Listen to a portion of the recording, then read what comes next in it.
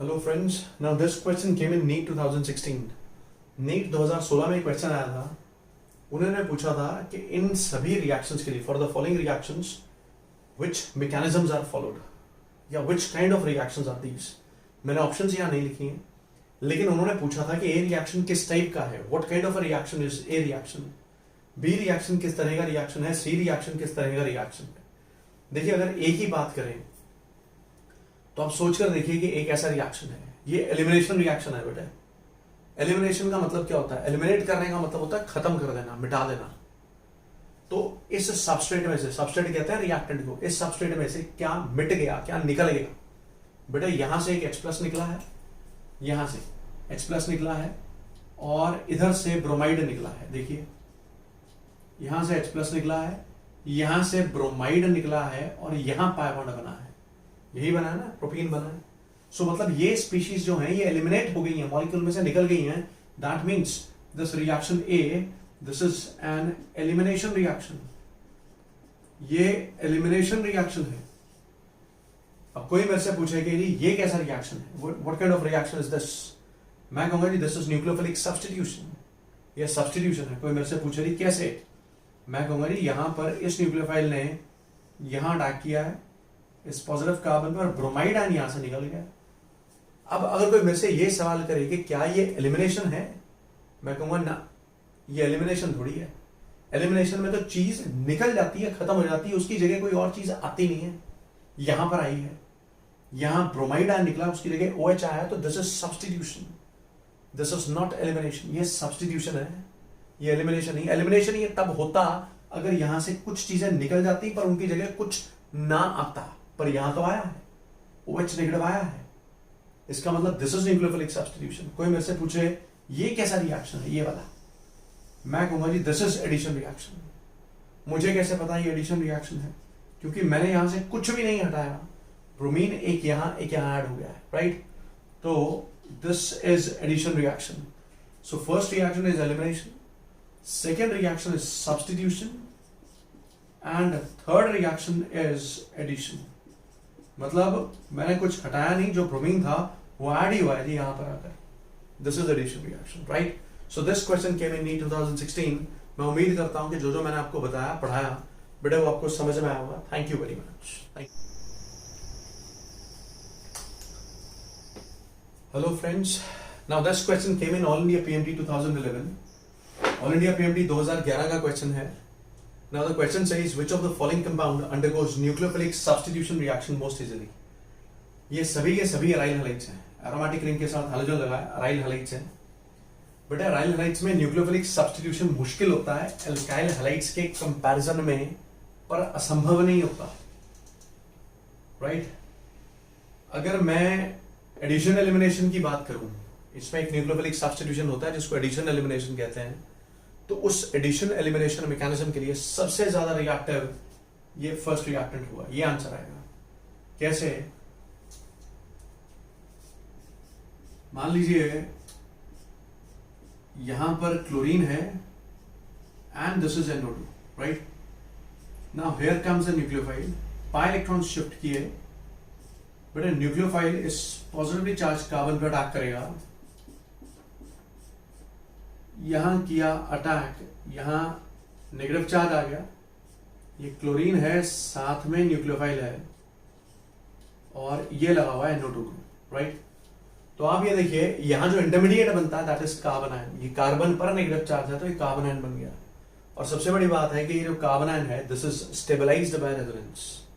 ये resonance stabilized है। अगर मैं आपको एक्सप्लेन करूं ये, तो आप ये देखिए, और ये ऑप्शन आंसर क्यों है मैं आपको वो भी बताऊंगा कि ये क्यों है ऐसा। देखिए ना, दिस इज द मॉलिक्यूल, ये पाई बॉन्ड, ये पाई बॉन्ड, यहां क्लोरीन, ये न्यूक्लियोफाइल और यहां पर नेगेटिव चार्ज है, पैरा पोजीशन पे नाइट्रो ग्रुप है। इसमें फर्दर रेजोनेंस होगा, ऐसे ऐसे रेजोनेंस होगा।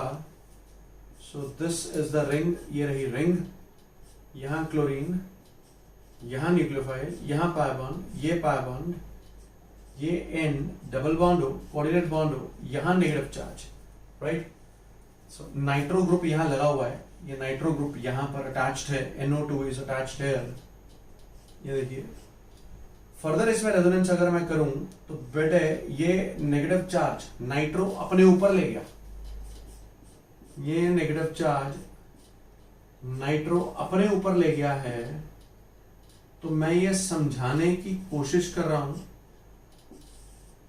कि कार्बन हैज बिकम स्टेबलाइज्ड। देखिए NO2 ग्रुप लगा है, दिस इज NO2। अब आप देखिए इस लोकेशन पर नेगेटिव चार्ज आया है तो इसको नाइट्रो अपने ऊपर ले गया है, ये ऑक्सीजन पर आ गया नेगेटिव चार्ज। तो मैं आपको यही समझाने की बताने की बार बार कोशिश कर रहा हूं कि carbanion has been stabilized by nitro group.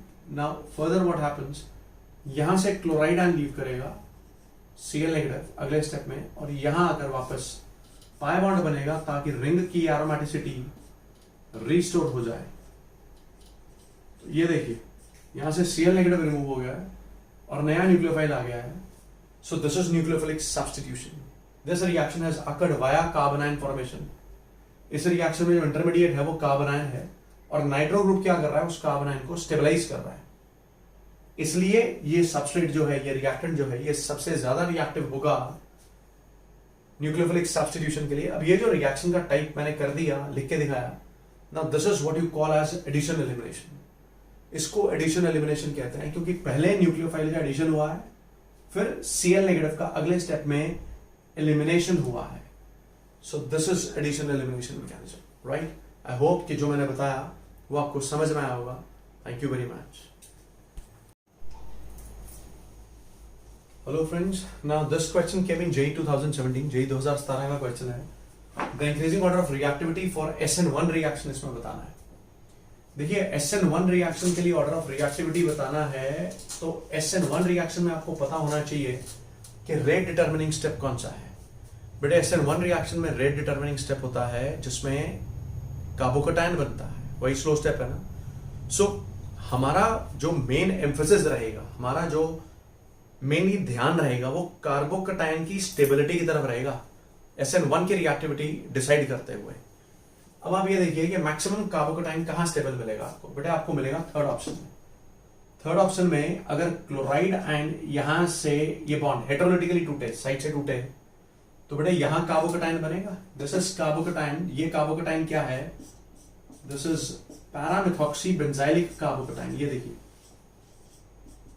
इसको मैंने ये ड्रॉ कर दिया, पैरा पोजीशन पे मिथॉक्सी ग्रुप लगा है और हमें पता है कि मिथॉक्सी ने यहां +R लगाना है और इस कार्बोकटायन को स्टेबलाइज कर देना है, राइट। इसका पॉजिटिव चार्ज न्यूट्रलाइज कर देना है। तो इसका जो +R होता है that will dominate over it's -I। So net this carbocation would be highly stable. ये काफी स्टेबल कार्बोकटायन बनेगा। सो मैक्सिमम रिएक्टिविटी जो आएगी वो थर्ड की आ जाएगी। This halide will be maximum reactive towards SN1। और इसके बाद बारी आएगी बेटे फर्स्ट की, क्योंकि जो फर्स्ट है ये फर्स्ट गो में, this is going to form chloride ion यहां से जाए, ये फर्स्ट गो में सेकेंडरी कार्बोकटायन बनाएगा। मतलब पहली बार में ही यहां पर सेकेंडरी कार्बोकटायन बनेगा विद 5 अल्फा हाइड्रोजन्स। सो सबसे ज्यादा रिएक्टिविटी थर्ड की आएगी, थर्ड के बाद 1 की आएगी और 1 के बाद 2 की आएगी, क्योंकि यहां जो कार्बोकटायन बनेगा फर्स्ट गो में that will not be very stable. Primary carbocation बन रहा है जी। अब बच्चे ये भी कहते हैं कि सर यहां से हाइड्राइड शिफ्ट भी तो होगी। बेटे जब रिएक्टिविटी कंपेयर करी जाती है तो बिफोर रीअरेंजमेंट करी जाती है, ये बात ध्यान में रखना। So maximum stable carbocation third case में बन रहा था, उसके बाद फर्स्ट केस में बनेगा सेकेंडरी, उसके बाद बनेगा सेकेंड केस में। सो थर्ड जो मॉलिक्यूल था that was maximum reactive towards SN1, उसके बाद फर्स्ट, उसके बाद सेकेंड। तो order of reactivity of substrates reactants towards SN1 उसका ऑर्डर ये आएगा, राइट। Thank you very much. Hello students, अब ये क्वेश्चन है, this came in NEET 2016। NEET 2016 का क्वेश्चन है। Consider the reaction. ये 1 ब्रोमोप्रोपेन दिया है, साथ में सोडियम साइनाइड और यहां पर प्रोपाइल साइनाइड बनाया हुआ है और साथ में sodium bromide. This reaction will be faster. ये रिएक्शन किस मीडियम में फास्ट होगा, क्वेश्चन ये पूछा गया था। देखिए अब इस रिएक्शन की अगर शक्ल देखें तो शक्ल देखकर पता चल रहा है कि this has followed nucleophilic substitution mechanism. देखिए ब्रोमीन ज्यादा इलेक्ट्रोनेगेटिव है तो ब्रोमीन पे पार्शियल नेगेटिव चार्ज रेस्ट करेगा, कार्बन पे पार्शियल पॉजिटिव। ये न्यूक्लियोफाइल Cn नेगेटिव, इसने यहां से यहां अटैक किया होगा और ब्रोमाइड आयन यहां से डिपार्ट किया होगा, गया होगा। तो भाई साहब एक न्यूक्लियोफाइल आ रहा है, ये इलेक्ट्रॉन रिच स्पीशीज है, एक न्यूक्लियोफाइल आ रहा है, दूसरा न्यूक्लियोफाइल जा रहा है, तो क्या कर रहा है ये न्यूक्लियोफाइल, इसको सब्स्टिट्यूट कर रहा है, इसकी जगह ले रहा है। Now this is what you call as nucleophilic substitution. इसी को न्यूक्लियोफिलिक सब्स्टिट्यूशन कहते हैं। न्यूक्लियोफाइल क्या होता है? Any electron rich species. So ये इलेक्ट्रॉन रिच स्पीशीज है, ये आ रहा है, ये इलेक्ट्रॉन रिच स्पीशीज है, ये जा रहा है, तो एक न्यूक्लियोफाइल दूसरे न्यूक्लियोफाइल को सब्स्टिट्यूट कर रहा है, उसकी जगह ले रहा है। That is why this is nucleophilic substitution. अब सवाल ये उठता है SN1 है या SN2 है। देखिए SN1 शो करने के तो उसके हालात नहीं है, मतलब this is not going to form a stable carbocation in the first go, ये स्टेबल कार्बोकैटायन नहीं शो करने वाला। सबसे बड़ी बात ये है कि Cn नेगेटिव जो होता है इट्स अ स्ट्रॉन्गर न्यूक्लियोफाइल। बेटा ये स्ट्रॉन्ग न्यूक्लियोफाइल होता है और स्ट्रॉन्ग न्यूक्लियोफाइल्स SN2 फेवर करते हैं। सो एक तो ये सबस्ट्रेट है, इसके हालात नहीं है SN1 शो करने के, ये SN2 शो करने में इंटरेस्टेड है, ऊपर से ये स्ट्रॉन्ग न्यूक्लियोफाइल है, ये भी SN2 शो करने में इंटरेस्टेड है। सो ऑल इन ऑल यहां से दोनों रिएक्टेंट्स को देखकर पता चल रहा है कि this is SN2 which is occurring here. और SN2 रिएक्शन कौन से सॉल्वेंट्स की प्रेजेंस में फेवर होता है? Polar aprotic solvents. अब बेटा इथेनॉल जो है, ethanol it's a polar protic solvent. Ethanol हो गया, मिथेनॉल हो गया, इथेनॉल, मिथेनॉल, वाटर, तीनों के तीनों पोलर प्रोटिक सॉल्वेंट्स हैं बेटा, तीनों के तीनों। This is ethanol, then you have methanol, then you have water. ये तीनों के तीनों पोलर हैं। पोलर कैसे हैं? चार्ज सेपरेशन है, negative charge, partial negative, partial positive charges developed हैं, ठीक है। सो चार्ज सेपरेशन है, ठीक है, और पोलर हैं, डायपोल मूवमेंट्स हैं इनके, ठीक है, चार्ज सेपरेशन है। और प्रोटिक इसलिए है क्योंकि H+ आयन दे सकते हैं, ये H+ आयन दे सकता है, ये भी दे सकता है, ये भी दे सकता है। So these are polar protic solvents. So SN2 यहां हुआ है। SN2 किस में फेवर होता है? SN2 फेवर होता है किससे? पोलर एप्रोटिक सॉल्वेंट से। पोलर एप्रोटिक सॉल्वेंट कौन है? ये DMF। This is DMF। ये DMF क्या चीज है? देखिए ये DMF होता है NN dimethyl formamide. I repeat this DMF, this is NN dimethyl formamide. ये है। अब ये फॉर्मामाइड क्या होता है? This is formamide. देखिए ये HCO NH2, this is formamide. NN dimethyl means nitrogen के साथ दो मिथाइल ग्रुप लग गए, NN dimethyl, this is NN dimethyl formamide, right. अब ये जो मॉलिक्यूल है, ये जो सॉल्वेंट है, ये पोलर तो है, ये पोलर है, चार्ज सेपरेशन है, पर ये प्रोटिक नहीं है। किसी हाइड्रोजन पर सफिशिएंट पॉजिटिव चार्ज नहीं है। यहां आप देखिए हाइड्रोजन जो हैं वो हाईली इलेक्ट्रोनेगेटिव एटम से जुड़े हुए हैं डायरेक्ट। यहां कोई भी हाइड्रोजन ऑक्सीजन या नाइट्रोजन के साथ डायरेक्टली नहीं जुड़ा हुआ कि उसके ऊपर सफिशिएंट पॉजिटिव चार्ज आ जाए और मैं उसको प्रोटिक बोल दूं, राइट। सो यहां जो हाइड्रोजन है ये कार्बन से बॉन्डेड है, यह हाइड्रोजन कार्बन से बॉन्डेड है, ये हाइड्रोजन भी कार्बन से बॉन्डेड है। So this is polar. Polar तो ये है, चार्ज सेपरेशन है, पर ये प्रोटिक नहीं है। So this is polar protic solvent और polar aprotic solvent. This is not protic, this is aprotic ना, क्योंकि ये प्रोटॉन नहीं दे सकता, H+ आयन नहीं दे सकता क्योंकि इसमें H+ आयन नहीं है। So these are polar protic solvents. ये तीनों पोलर प्रोटिक सॉल्वेंट हैं और ये जो है ये पोलर एप्रोटिक सॉल्वेंट है। अब अगर ये पोलर एप्रोटिक सॉल्वेंट है तो ये हेल्प करेगा जी SN2 में, तो इसका आंसर आना चाहिए था ये C option, right. Thank you very much. Hello friends, now this question came in JEE Mains 2017। JEE Mains 2017 का क्वेश्चन है। क्वेश्चन क्या है? The major product obtained in the following reaction is. इस रिएक्शन में मेजर प्रोडक्ट क्या मिलेगा ये बताना था। और ये राइट साइड में जो रिएजेंट दिया हुआ है यहाँ पे, this is potassium tertiary butoxide. This is potassium tertiary butoxide. This is actually in fact like this. ये असल में ऐसे है, ये असल में ऐसे है, ये देखिए पोटाशियम टर्शरी ब्यूटॉक्साइड, ये ऐसे है। अब मैं आपको ये समझाना चाहता हूं कि ये बढ़िया न्यूक्लियोफाइल तो बिल्कुल भी नहीं है। देखिए, बढ़िया न्यूक्लियोफाइल वो होता है जो किसी पॉजिटिव चार्ज पे रफ्तार के साथ, गोली के साथ, गोली की तरह अटैक करे। अब ये जो आयन मैंने बनाया है, this is not a good nucleophile, ये अच्छा न्यूक्लियोफाइल नहीं है, टर्शरी ब्यूटॉक्साइड आयन, ये बात पक्की है। क्यों नहीं है वो देखिए ऐसा है, ये जो कार्बन हैं, कार्बन की हाइब्रिडाइजेशन यहां sp3 है, टेट्राहेड्रल ज्योमेट्री आएगी, सो ये हाइड्रोजन्स भी ऐसे होंगे, ये मिथाइल ग्रुप ऐसे होगा, this is O negative. So basically ये मिथाइल ग्रुप और ये मिथाइल ग्रुप क्या कर रहे हैं, ये क्या कर रहे हैं, इस O के नेगेटिव चार्ज को ओवरशैडो कर रहे हैं, कवर कर रहे हैं। तो ऑक्सीजन के जो नेगेटिव चार्ज की फील्ड है, जो ये लोन पेयर्स की जो फील्ड है, that field will get weekend. जो नेगेटिव चार्ज का इन्फ्लुएंस है बेटा, वो वीक हो जाएगा। वो वीक हो जाएगा तो ये किसी पॉजिटिव सेंटर पे रफ्तार से अटैक करने के लायक रहेगा नहीं। So it is not a good nucleophile anymore. तो ये अच्छा न्यूक्लियोफाइल नहीं है।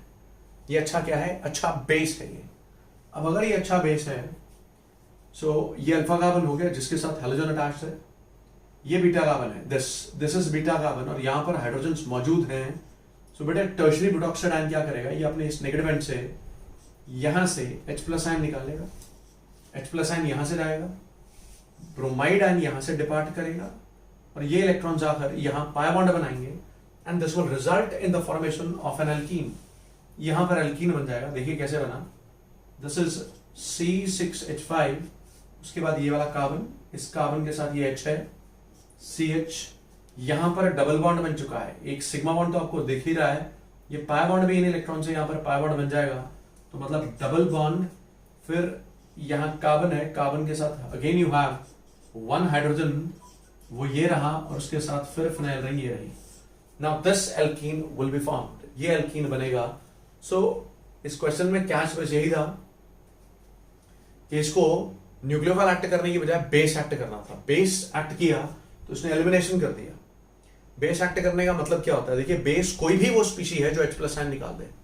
दुनिया में अगर कोई चीज H+ आयन निकाल दे तो that is a base. So it is not a good nucleophile, it's a better base, right? Thank you very much. Major product would be this. Thank you. Hello friends. Now this question came in JEE Mains 2018. JEE Mains 2018 में question आया। Question क्या है? The major product of the following reaction is. देखिए, सबसे बड़ा concern है कि बच्चों को ऑर्गेनिक से डर लगता है, और लगना भी चाहिए। वो इसलिए है क्योंकि ऑर्गेनिक सब्जेक्ट ही ऐसा है। This requires practice with understanding. मतलब अंडरस्टैंडिंग के साथ साथ अगर आप प्रैक्टिस करेंगे तो आपको सक्सेस मिलेगी, नहीं तो नहीं मिलेगी। देखिए, मेजर प्रोडक्ट पूछा गया मेरे से इस रिएक्शन का। अब सबसे पहले आप ये देखिए, which halide is this? This is a secondary halide.